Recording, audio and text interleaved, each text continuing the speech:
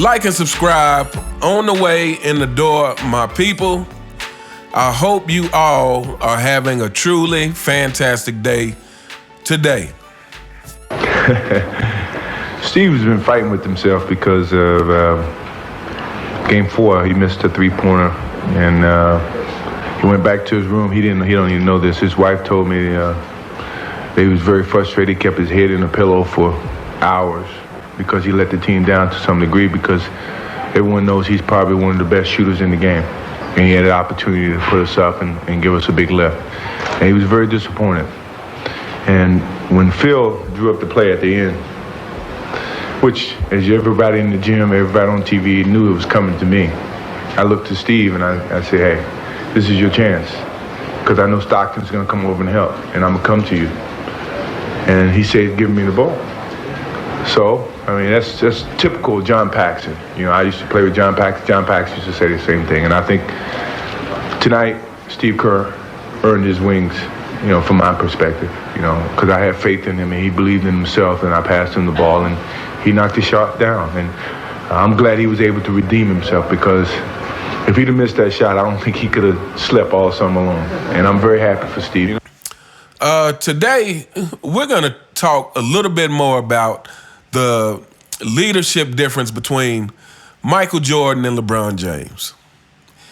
And how Michael Jordan, I believe, was really not only just a much better leader, but I believe Michael Jordan actually cared about the success of his teammates more so than LeBron James. And let me explain why. First of all, let's talk about leadership and what makes a good leader. To me, when you're in a leadership position or in any position where you are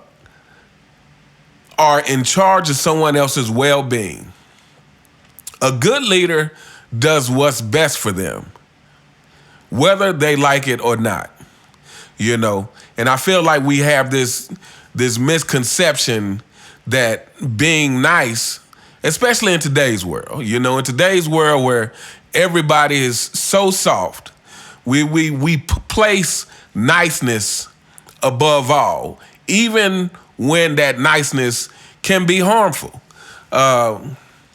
You know, and I'll say this, people who have the tendency to be nice, and when I say be nice, I mean the tendency to not be able to hold someone else accountable or hurt someone else's feelings just because you're trying to be nice.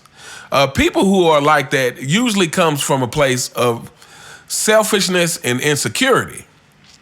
It normally comes from that person's need to be liked.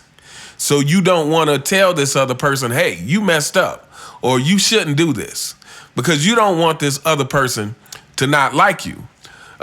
You know, fellas, I think we all know, you know, most of us, I would say, have learned this at different points in our lives. Some of us learned it early, you know, and some of us may not have figured this out yet. But, you know, when it comes to dealing with women, nice guys typically do not do well. And why is that? You know, again, because niceness doesn't actually come from a place of what's best for the other person. You know, when women talk about nice guys, they're normally talking about a guy who goes out of their way to do everything that the woman desires, right?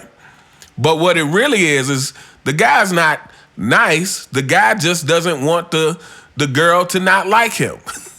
He doesn't want to mess that up, right? So that's where it comes from. It comes from a place of insecurity and, like I said, and somewhat selfishness, because you're worried about you and your feelings. I don't want to be seen as the person who told this person no, or the person who held this person accountable, or the person who told this person something that they really didn't want to hear. And so, to me, this pretty much describes the difference in leadership between Michael Jordan and LeBron James. Now, so I want to talk about the 1997 shot that where Michael Jordan passed to Steve Kerr. I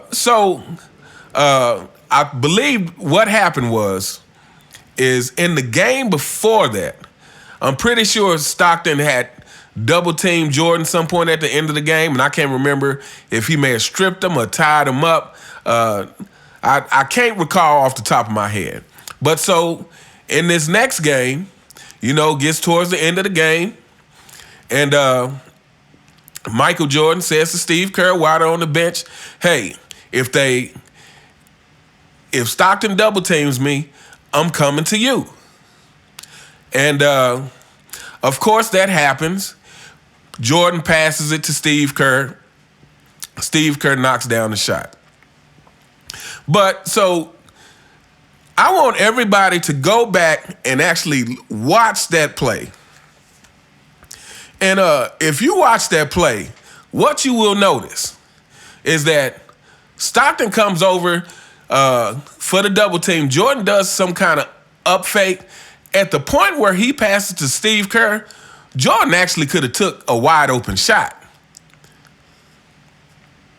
Jordan could have took that shot. Go look at the play again. That wouldn't have been a hard shot to make for Jordan. But here's the thing. I think Jordan wanted Steve Kerr to have that shot. He wanted Steve Kerr to have that game winner as part of his legacy. He wanted Steve Kerr to feel what it felt like to be successful on that kind of level. Not just to be a part of the championship team, but to say, hey, I made a game winner as part of this three-peat. Jordan wanted that for Steve Kerr. And I feel like you can hear it in the clip that I played at the beginning. Again, go back and look at that play. Jordan could have took a wide open shot at that point. Like I said, at the point where he passes to Steve Kerr, Jordan had already faked out the defenders. And so he wanted that success for Steve Kerr. And then let's talk about the trust thing again. I just mentioned this in another video. Jordan trusted Steve Kerr to make that shot. Jordan trusted in his teammates for the right reasons. Again, trust is just a word. Trust is like what is the foundation of that trust? The foundation of Jordan's trust for his teammates came through hard work and hard practice. Because Jordan, put them through the ringer in those practices. Because Jordan pushed everyone. Because Jordan tested everyone. And again, going back to that fight between Jordan and Steve Kerr, I believe that is the thing that kind of put their bond on another level. Because Jordan saw that Steve Kerr was not the type to back down. And so Jordan's foundation of trust was built through hard work and tests, putting his teammates through the test of who's going to crack under pressure, who's going to hold their ground. So again, Jordan didn't have to pass that shot to Steve Kerr. At the point where Jordan passed, go look at the play again. At the point where Jordan made that pass, Michael Jordan was wide open. He could have shot that. But he wanted that for Steve Kerr. So going back to LeBron James. Again, I think LeBron James plays the nice guy role. And I'm not saying he's playing a role or whatever, but what I am saying is, again, the nice guy thing comes from a certain amount of selfish and insecurity because he needs to be liked. Again, this kind of goes hand in hand with his needs to be praised. This goes hand in hand with him always begging for, and you will respect me, and I want my damn respect too. This goes hand in hand with these kind of behaviors. Like, he wants to be liked. So when LeBron James says he trusts his teammates, what is the foundation of that trust? I mean, you saying you trust a person who's 30% from the 3-point line? Why? Just because you trust them? Just because it sounds good? Just because it's a blind trust? Or do you trust him because not only has he been working hard, but because you've been pushing him to the maximum? And let me say this. See, another problem is I think we all know that scrimmages aren't a big part of today's game in practice. You know, scrimmages aren't a big part of practices anymore. And to me, scrimmages is arguably one of the more important things in practice. Why? Because if everyone is playing hard, it is no better simulation to the game of what the actual game is going to feel like. It's like we got all these games being played where players are, practice is just sitting here shooting a bunch of jumpers and sitting here doing some dribbling drills. But, Michael Jordan in those scrimmages, which we heard about and which we actually got to see into on The Last Dance, Michael Jordan doing those scrimmages made them feel like playoff games. That is why the Bulls became so unbeatable. And for those of you who play basketball, like myself, I think you all know that you can practice your shot 10 million times a day for 8 hours a day, and you get that shot to where you feel like you can't miss.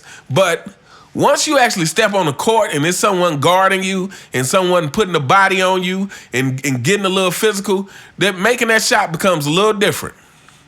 There is no replacement for playing games other than to actually play games. So in today's world where they're not even scrimmaging like that, which I don't even understand the logic behind it, you can't even build up your players the same way. So again, where's this trust that LeBron James so-called has? What is the foundation of it? It's just blind trust, which means nothing.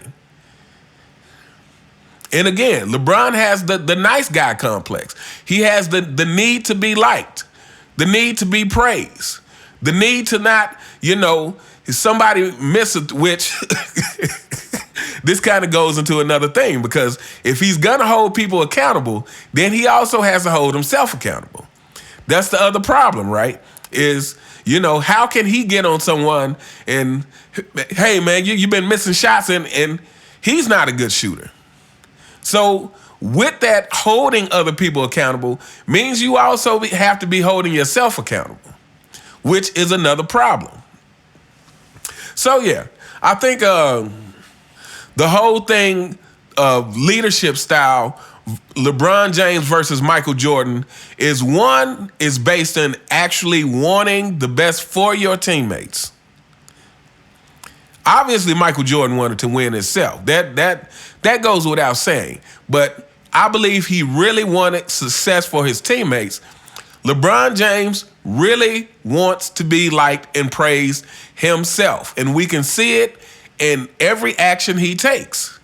Again, the nice guy thing is not about you're a nice guy. It's about you need to be liked. So you don't want to be you don't want to call someone else to not like you because you're telling them things that they don't want to hear. That's where the nice guy thing comes from. Is your need to be liked. Your need for people to not look at you like, oh, this person hurt my feelings. And like I said, this coincides with everything that LeBron does, is the need to be liked, the need to be praised.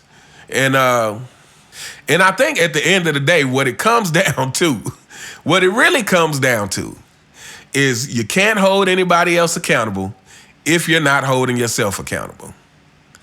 If you can't be truthful to someone else and tell them, hey, you're not doing this and doing that, you're probably not being truthful to yourself to say, hey, I need to be doing this and I need to be doing that. This is kind of the basis of the whole thing. But anyway, Let me know what you guys think in the comments. What do you think about the different leadership styles of Michael Jordan and LeBron James? And for those of you, like I said, who can recall that play from the 1997 finals with Steve Kerr, let me know what you think about that. Because like I said, to me, go back and look at that. Michael Jordan could have took that shot. He could have took that shot and he could have had all the glory for himself. But I think Michael Jordan, and again, to me it says as much with the clip that I played in the beginning. Michael Jordan wanted Steve Kerr to have that shot. He wanted Steve Kerr to have that game winner. And that, to me, is a great leader. Let me know what you think. You all have a truly fantastic day. And I will see you next time. All right.